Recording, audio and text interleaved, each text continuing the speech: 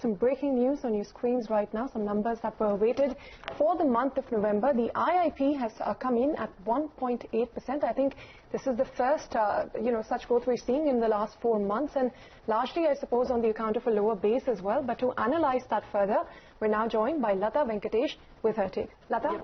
Well, actually, the numbers are looking very good at this juncture. It was always expected that we are going to get a positive number for the simple reason that we had seen coal and power already starting to improve, and we were expecting about 0.9, and we've got almost double that number. So it's clearly an improvement. Intermediate goods have been doing well, and that has picked up. But even in instances like consumer durables and capital goods was minus 20%. It is still now minus, but it's minus 8. And likewise, consumer durables was again minus in double digits, and now it is about minus 1% or thereabouts. Consumer non-durables have started to show an improvement in the positive. Manufacturing is positive. That itself is extremely important. Manufacturing is about almost 80% of the entire IIP. Therefore, this clearly seems to indicate that there is a turnaround. We will be joined by experts very soon. The November IIP was always expected to turn mildly positive. Because of the base effect also playing in. There is a base effect, clearly, because November of the previous year was the Diwali month, and Diwali month has fewer number of working days. So the base was always going to help, but this is genuinely more than just a base effect. I mean, if you look at it in consumer durables, or for that matter in capital goods, it's a vast difference in degrowth. The contraction has reduced considerably, and therefore it looks like a bit of a green shoot, but we will have to wait and see. There is a base playing all through, and therefore it's just that it's maybe a very big U-shaped recovery with us staying static for a bit and then showing recovery. But I will leave that to the economists. We've got Madan Sabnavis, the chief economist at CARE Ratings, joining us, and in a bit I think Aditi Nayar also will be with us. Madan, thank you very much. What did you make of the overall number? Is it to be attributed entirely to base, or would you say that this is better than you thought at 1.5%? I'm sorry, 1.8%. No, I think it's more because of the base effect, and I think this positive tendency will carry on for the rest of the year. I think that's probably the more positive news, because we had very low growth rates on a monthly basis last year. So I think that's going to get translated into better numbers for the remaining months. And overall, I think we can really think of moving towards that 3 to 4% range by the time we come towards March. But I think we'll also have to see, as you pointed out, about capital goods and consumer durable goods, because I think these are the two segments which talk about what's happening to consumption and investment, whether there is any kind of a sustenance seen or there's a kind of a real major turnaround. So I think we just have to be patient maybe for another 2 readings to really conclude that the green shoots are real and they are not amorphous like what we have seen earlier, just coming transient and then disappearing. Okay. Well, actually, you get a little bit of the disaggregated numbers, what you call disaggregated. Say, if you have intermediates, what were the intermediate goods? If you had consumer durables, what were the consumer durable goods? So here we have some very positive numbers coming in chemical and chemical products. The growth in November is 8.8%. The April-November growth is 5.4%. So clearly, chemicals appear to have done very well in the month of November. And we see very good chemical exports also. A lot of listed chemical companies are doing well. Likewise, in pharmaceuticals, we have a growth of 3.4%. These are some of the sectors that have shown exceptional growth. Even in something like metal fabricated products and machinery and equipment, it is minus 5.8. The April-November number is minus 13.6. So it clearly indicates that in some of these sectors, the extent of decline appears to be less. For that matter, manufacture of machinery and equipment, which is a fairly weighty item, 5% weight in the index, that one has shown a decline of 4%. The April-November decline is 10%. A very positive growth in basic metals, 12%. Again, that's a weighty item of about 13% weight. That's grown by almost 13%, 12.9%. So there are these flashes of improved performance. So overall manufacturing itself coming in at 2.7%. Yes, what you would worry about is capital goods coming in still at a -8%. Madan, what is the trajectory hereafter? I mean, are we going to at least see positive numbers from December onwards? I mean, we do have the early numbers of coal and power for December, which looked positive. No, I think the numbers will be positive and definitely more heartening. But whether this is going to actually result in something which is very much broad-based, I'm not quite sure about it. But as I mentioned earlier, in case we see these kind of readings for another 2 months, we can feel fairly confident that at least in the next financial year, things are going to be much stronger. And we can really think of industrial growth more in the region of 5 to 6%. But it's going to be a gradual climb upwards. It's not going to be anything dramatic.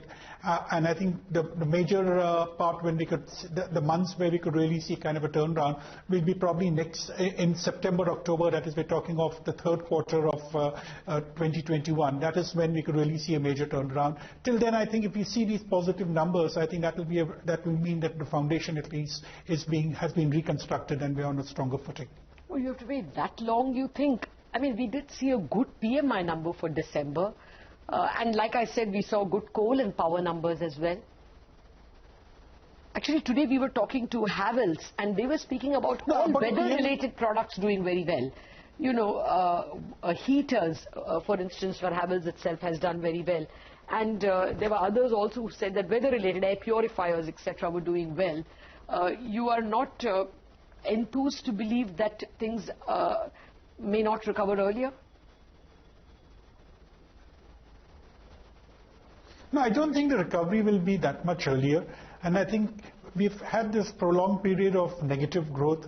So I think it's going to be a gradual movement into the positive territory when the foundation is firm. And I think from then onwards, we can see something stronger. And in terms of PMI, I think I'm not too confident about how we can relate the PMI to the IIP, because I think the basis of both these indices are quite different. One is year on year, the other one is month on month.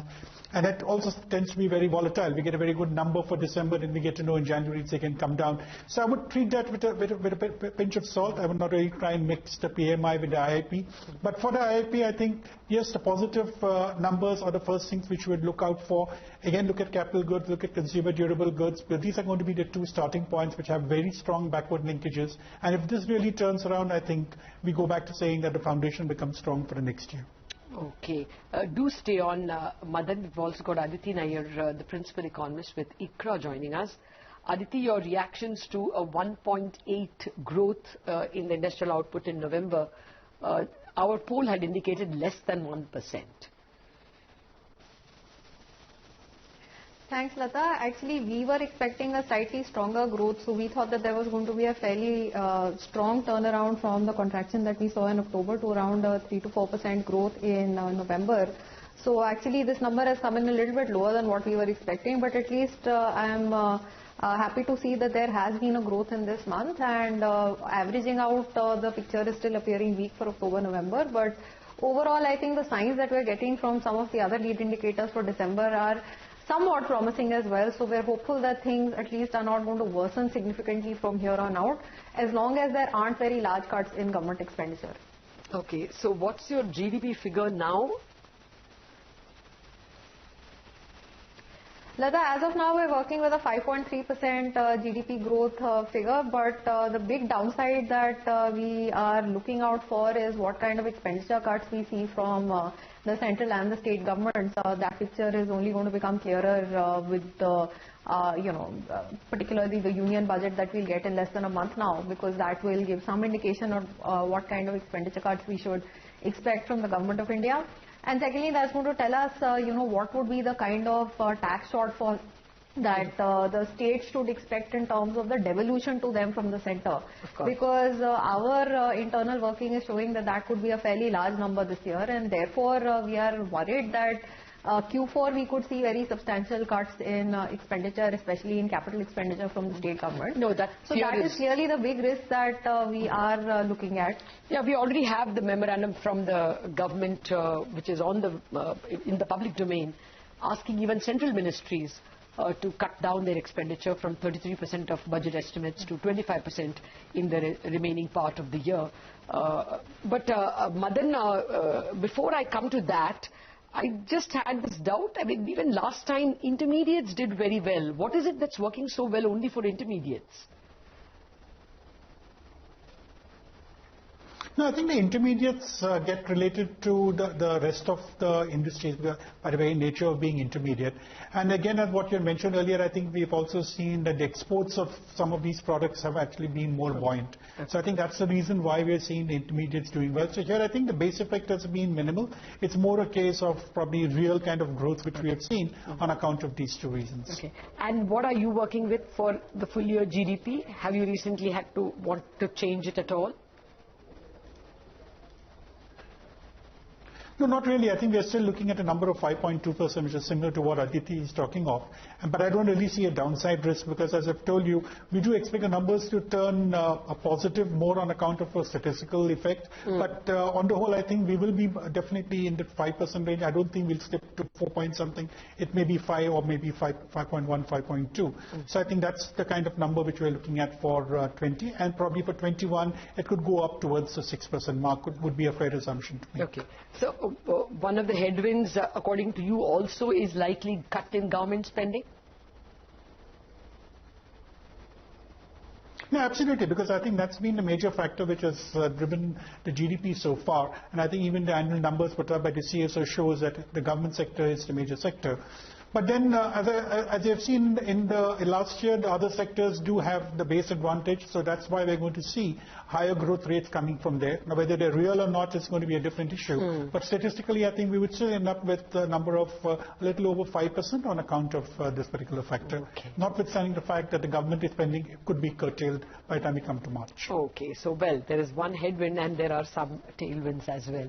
Aditi Nayar and Madan Sabnavis, thank you very much for joining us. Well, the IIP number for November has a couple of positives. One is that it's positive after 3 months of contraction, 3 previous months of contraction. It's also better than the poll that CNBC TV18 did. The respondents gave us an average of less than 1% growth in November, but the actual number is almost double what was expected at 1.8%. The positive also is that some segments which have been declining, like capital goods and consumer durables, are declining much less than they were in the April to November period. The headwind as we go into the next quarter is going to be that government spending may be curtailed because taxes have not been forthcoming and the expected divestment has not happened. At least BPCL was expected to bring in a large amount of money. That's not happening as early as expected. So that again will be a problem for manufacturing.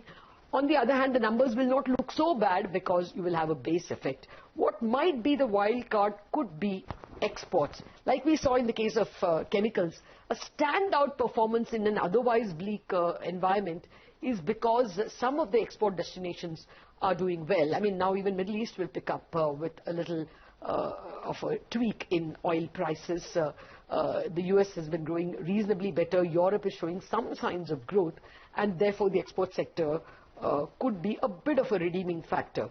We'll wait and see. At the moment, we are handing it over to Ritu on the news that things are a little better than what was expected. All right, Lata, on that note, we'll slip into a short break. Thank you very much for joining in and explaining the relevance of those IIP numbers at 1.8% for the month of November. Thank you very much. Stay on with us. We'll be back with more news and updates on the other side of this break.